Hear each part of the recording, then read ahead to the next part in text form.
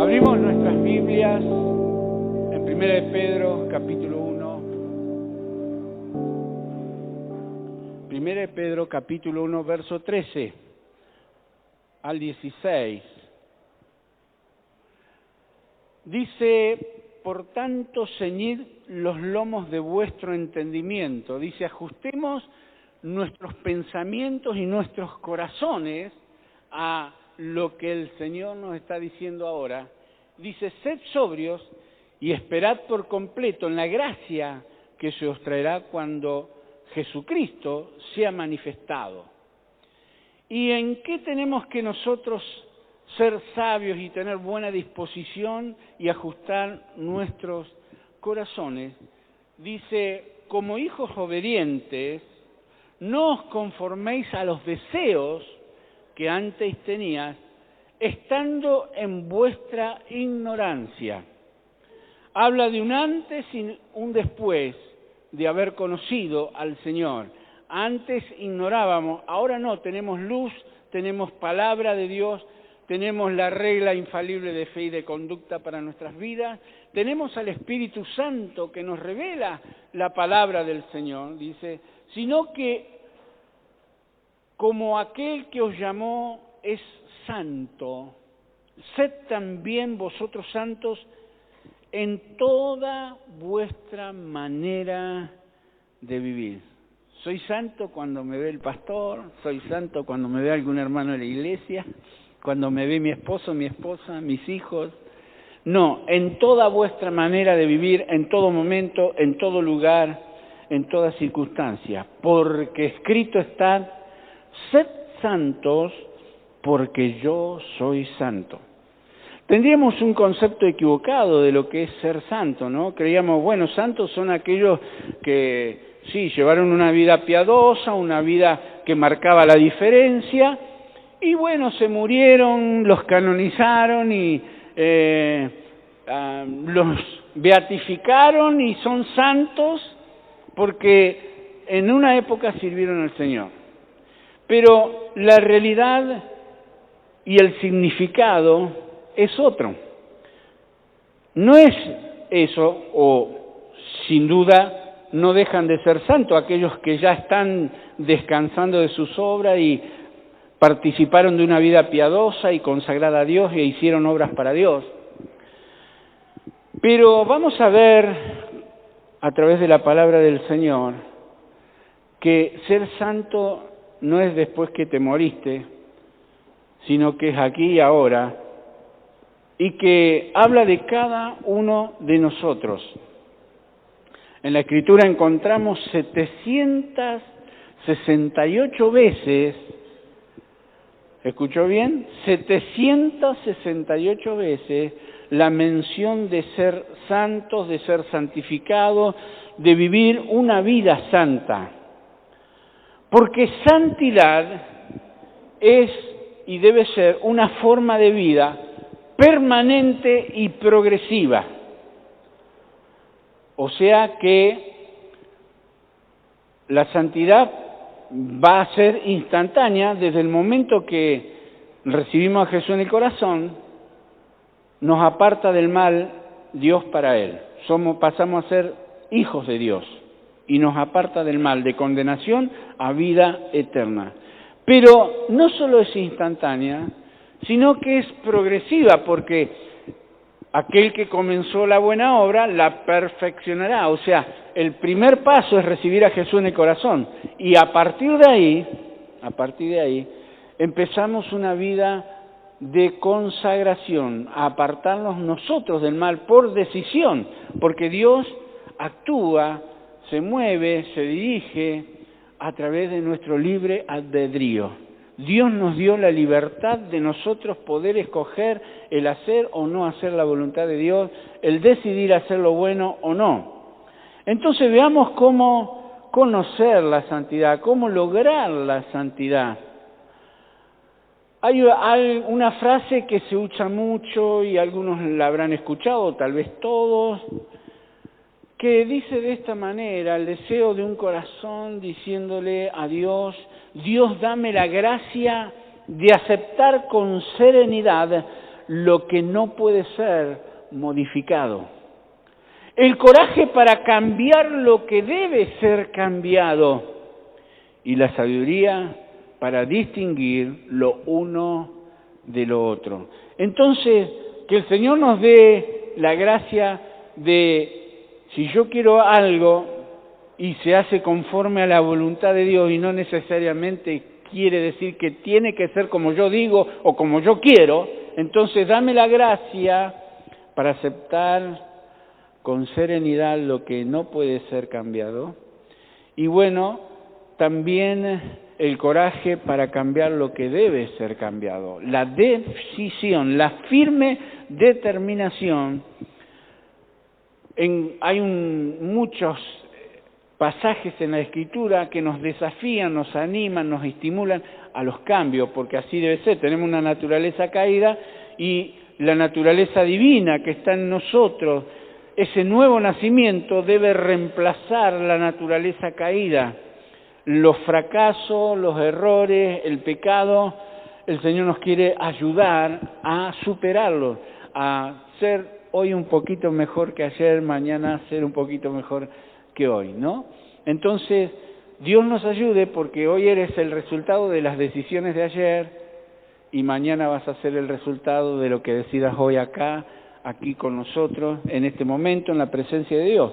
Entonces, los conceptos que se tienen relacionados con la santidad, con la ayuda del Espíritu Santo, vamos a ver la teología de la santidad, ¿no? Un poco qué significa, qué quiere ser, qué quiere Dios para mí, cómo tengo que ser. Y santificar es designar a uno para uso sagrado, lo que tenía un uso común. Aquel que recibe a Cristo es santificado, entonces, como dije al principio, de forma instantánea, ¿no? Dios, vos, hoy llegaste al Señor, hiciste tu decisión, ¿no? Recibiste a Jesús en tu corazón, entonces la sangre de Cristo te limpia de todo pecado y Dios nos mira a través de la sangre de Cristo. Y Dios nos mira a través de la sangre de Cristo, puro, santo y sin mancha. Pero la realidad es que recién es el primer paso, se nació, ¿no? Hablando biológicamente, cuando un ser nace, bueno, es un hombre o una mujer en miniatura. ¿Qué tiene que pasar? Se tiene que desarrollar físicamente, intelectualmente, en todas las áreas de su vida. Bueno, así es el nuevo nacimiento en lo espiritual. El nacer de nuevo es el primer paso y ahí comienza el proceso de transformación, la metamorfosis que les hablaba el domingo pasado, ¿se acuerdan?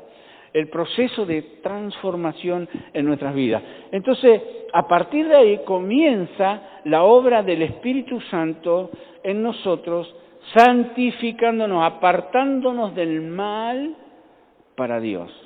Entonces, encontramos muchos ejemplos en la Escritura y vamos al Antiguo Testamento y el Señor le dio ordenanzas a Moisés y en Éxodo 40, en uno de los pasajes, ¿no es cierto?, en Éxodo 40, encontramos que el Señor le dijo que santificara a Aarón y a su familia para la obra del ministerio. Ahora, esa casta especial de sacerdotes, la Iglesia la ha heredado, toda la Iglesia. Por ejemplo, la tribu de Leví era la que estaba consagrada al servicio, al ministerio, al sacerdocio, una de las 12 en el pueblo de Israel. Acá es todo, el 100% de la Iglesia debe desarrollar un ministerio y de sacerdote. La Biblia dice, mas vosotros sois linaje escogido, real sacerdocio, nación santa, pueblo adquirido por Dios. O sea que el Señor nos llamó a ejercer un sacerdocio porque ¿qué es lo que hace el sacerdote? Ministra en la presencia de Dios, él se presenta delante de Dios y recibe de parte de Dios. ¿Y para qué? Para dar. Ministra a Dios y ministra a su prójimo. Y esa es la tarea de la Iglesia. Cada uno de nosotros adoramos a Dios, nos conectamos con Dios, recibimos de la presencia de Dios, ¿para qué? Para dar. Te bendeciré, dice el Señor, ¿para qué? Para que seas de bendición. Entonces, en el Éxodo 40, versículo 9, comienza así hasta el versículo 15, nomás voy a tocar, dice, tomarás el aceite de la unción, le dice el Señor a Moisés, y ungirás el tabernáculo, el lugar donde se ofrecía la adoración a Dios, y todo lo que está en él.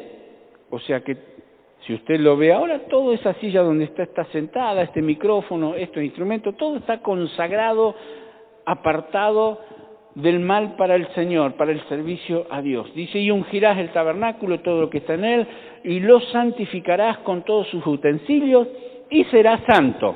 Ungirás también el altar del holocausto, todos sus utensilios, santificarás el altar, y será un altar santísimo.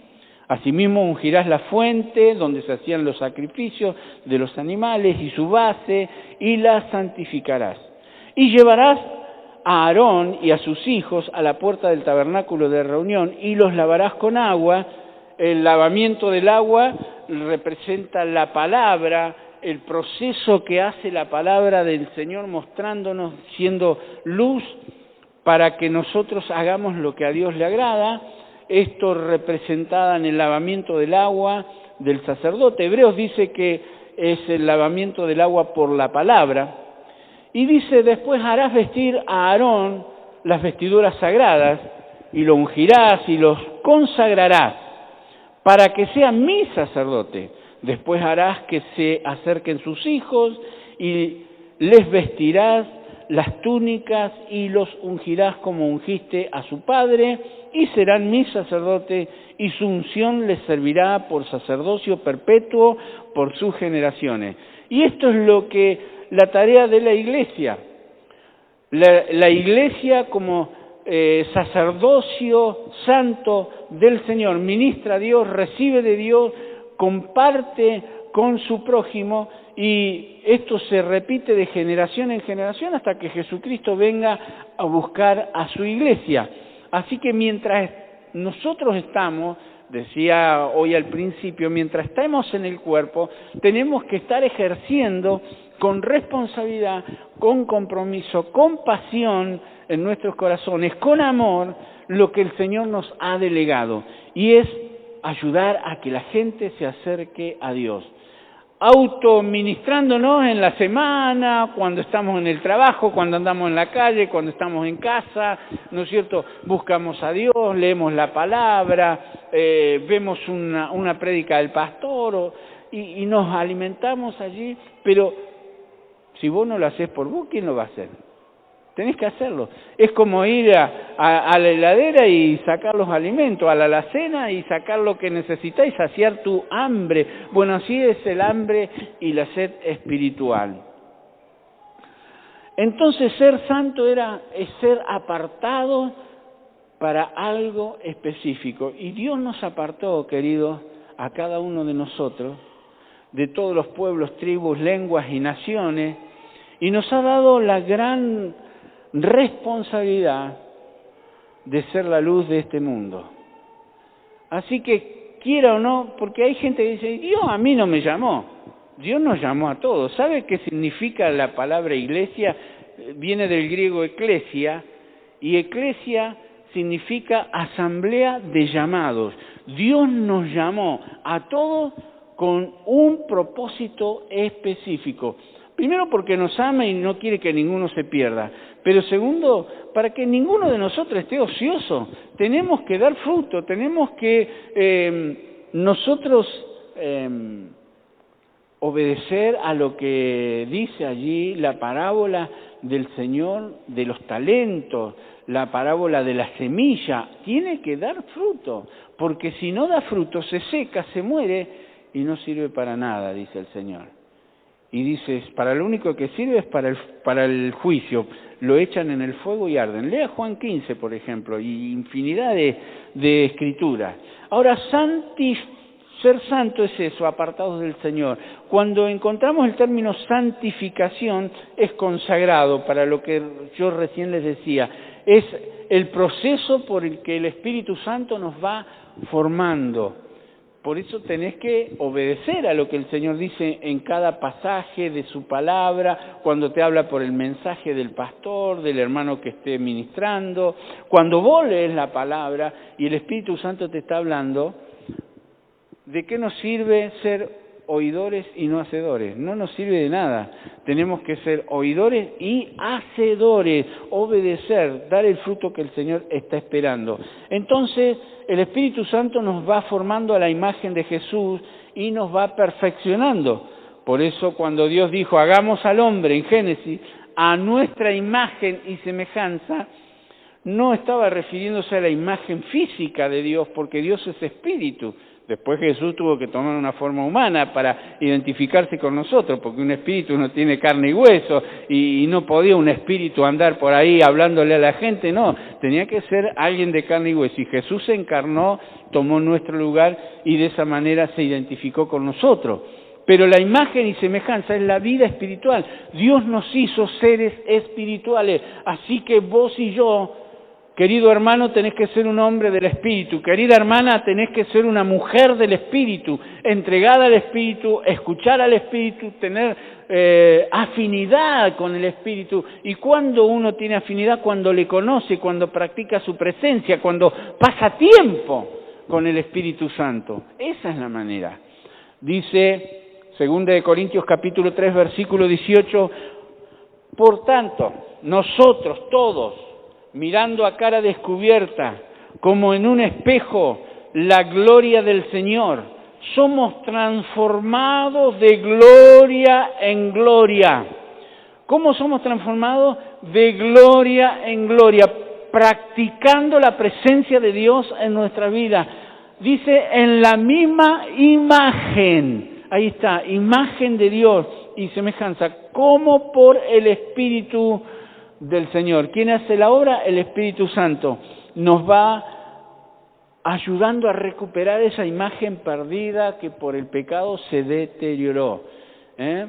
Cuando uno antes mentía, ahora ya no miente más. Cuando uno engañaba, ya no engaña más. Cuando uno decía malas palabras, ya no dice más malas palabras. Así, transformado, cambiado, la metamorfosis del Espíritu Santo.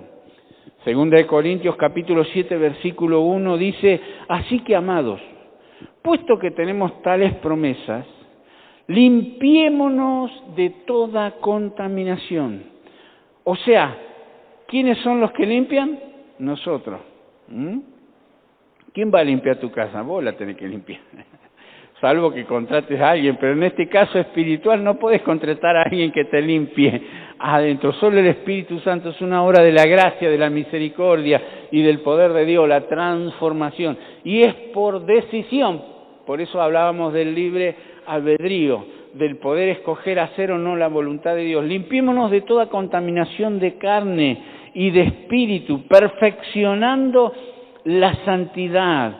Y ahí está lo que yo les decía, es progresiva. Perfeccionar la santidad es eso, día a día dándole el lugar al Espíritu Santo, crucificando la carne con sus pasiones y deseos, como dice la Escritura, y dejar que el Espíritu Santo vaya obrando, perfeccionando la santidad en el temor de Dios, porque un día vamos a estar cara a cara ante el Señor y vamos a tener que rendir cuenta de todo lo que hicimos, de todo lo que dijimos, absolutamente de todo. Y aún quiere que hilemos finito, dice, hasta toda palabra ociosa, dice la versión Reina Valera, toda palabra maldicha.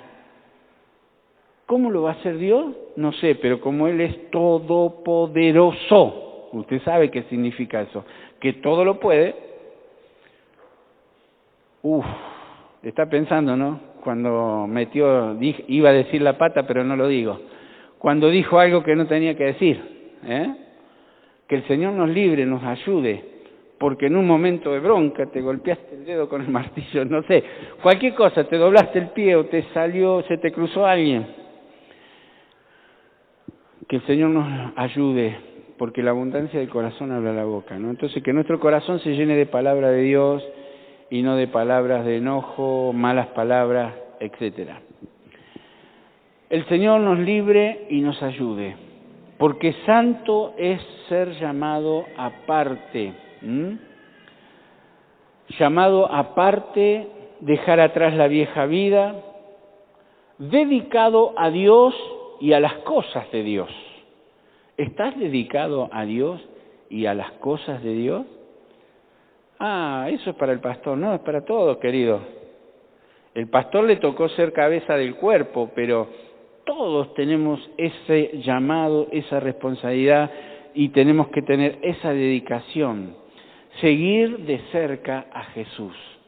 Me gusta cuando el Señor hace algo en alguien y dice, y seguía a Jesús en el camino. Qué lindo, ¿no?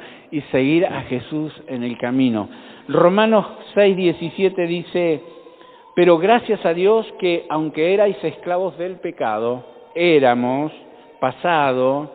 habéis obedecido de corazón a aquella forma de doctrina a la cual fuisteis entregados, dice el Señor. Te entregaste al Señor y ahora estás dispuesto a obedecer. Y dice, y libertados del pecado, vinisteis a ser siervos de la justicia. Antes servíamos a los deseos de la carne, los deseos de los ojos, la soberbia y la vanagloria de esta vida. Servíamos al pecado, pero ahora no, servimos al Señor. Dice, hablo como humano por vuestra humana debilidad, que así como para iniquidad presentasteis vuestros miembros para servir a la inmundicia y a la iniquidad, así ahora. Así como lo hicimos en la vieja naturaleza y sin tener temor de Dios en nuestros corazones, ahora lo hacemos para el Señor. Presentamos nuestros cuerpos para santificación, nuestros miembros para servir a la justicia. Entonces, sigamos esforzándonos, porque se puede ser santo apartado del mal. No es inmaculado.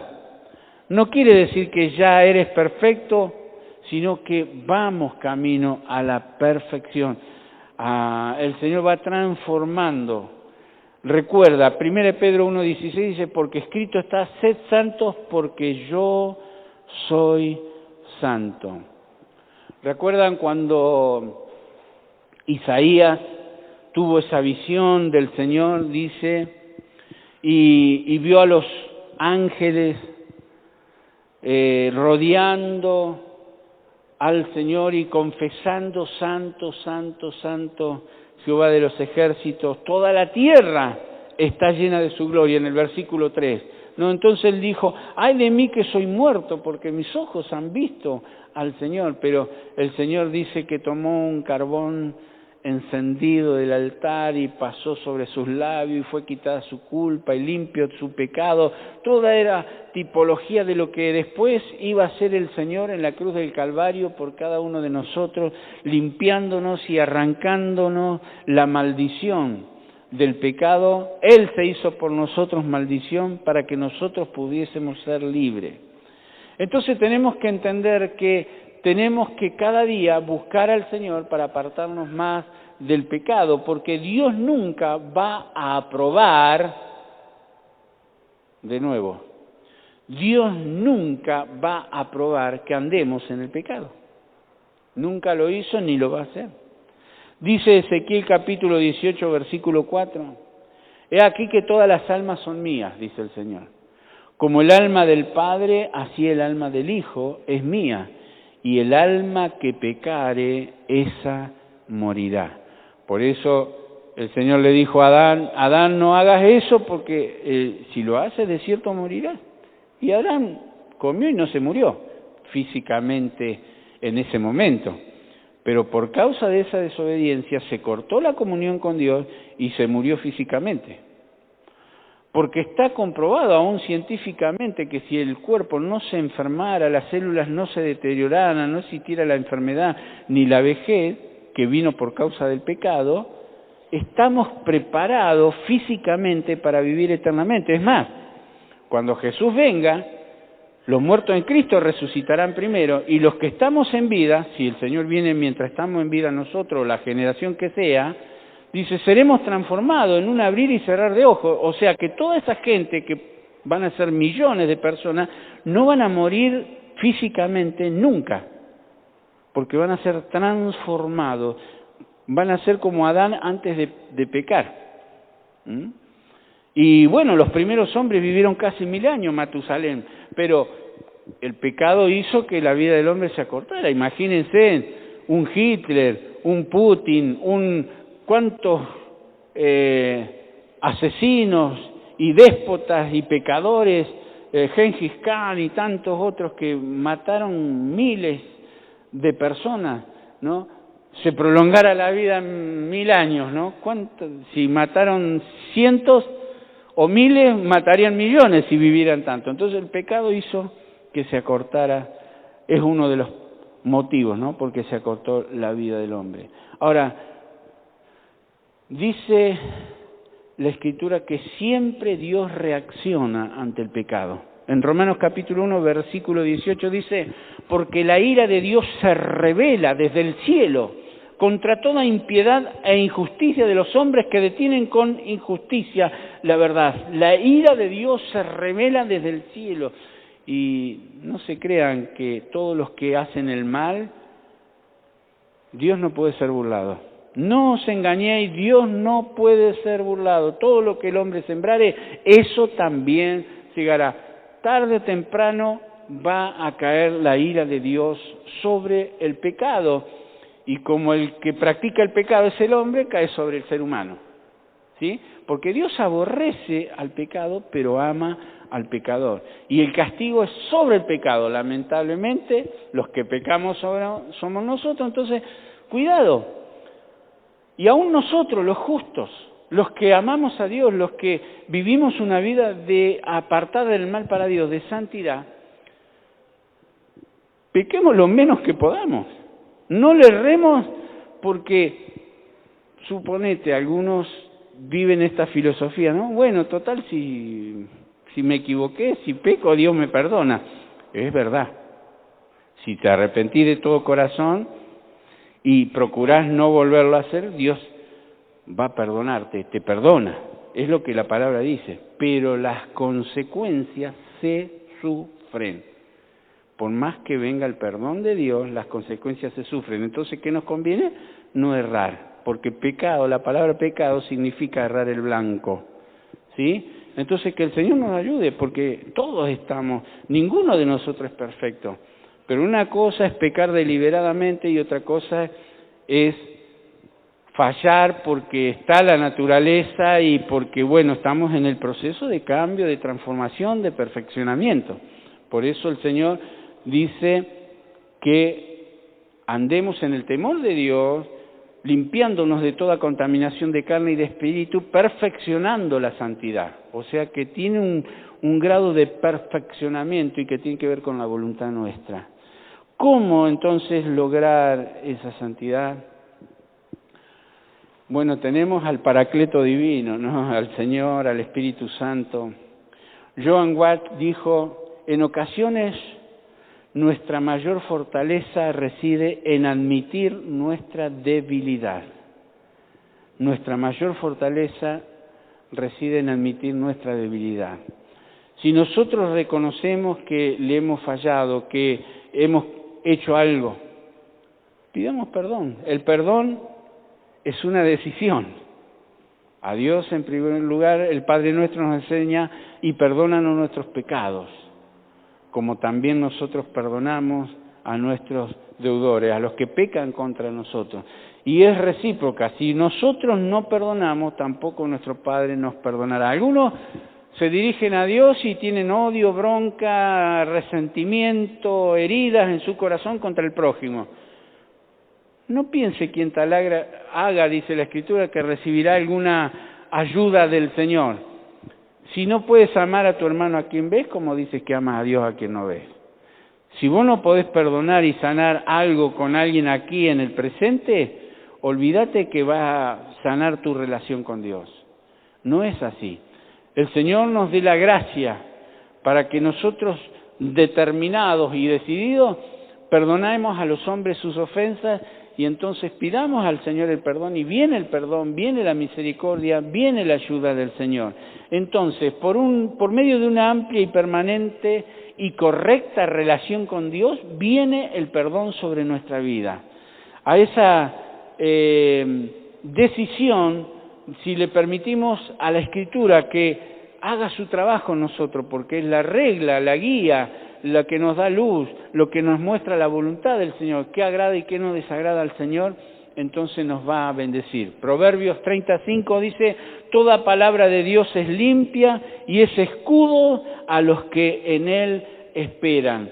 Dice en Hebreos capítulo 4, versículo 12, porque la palabra de Dios es viva y es eficaz, más cortante que toda espada de dos filos, que penetra hasta partir el alma, el espíritu, las coyunturas y los tuétanos, y discierne los pensamientos y las intenciones del corazón. La eficacia de la palabra produce cambio. La palabra del Señor es perfecta. Yo soy el imperfecto. Si obedezco a lo que Dios dice, entonces voy perfeccionando mi vida. Por medio de la oración continua, constante, sincera, delante del Señor. Santiago 5:13 dice, ¿está alguno de vosotros afligido? Haga oración. Y que esa oración incluya la confesión de la falta, de los pecados, ¿no? Pedirle al Espíritu Santo que te ayude. Él es el que da convicción, el que te ayuda en tus debilidades.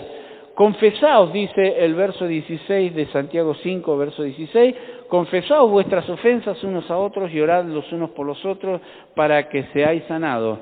La oración del justo puede mucho. Así que tenemos que tener un profundo deseo de participar de la santidad de Dios, de la comunión con Dios. Tenemos que permitir al Espíritu Santo que Él obre. Y si nosotros le buscamos, si nosotros no nos descuidamos en congregarnos, en la comunión, como hablábamos recién, la oración, la palabra de Dios, la comunión con Dios, el Espíritu Santo, te puedo asegurar que cuando vos orás más, vas a sentir más deseo de hacer las cosas bien, de no errar, de no fracasar, de no cometer errores. Cosas que a lo mejor cuando le aflojás a la oración, al congregarte, a la lectura de la palabra, empieza a florecer la carne. O sea, lo que más alimente es lo que va a prevalecer.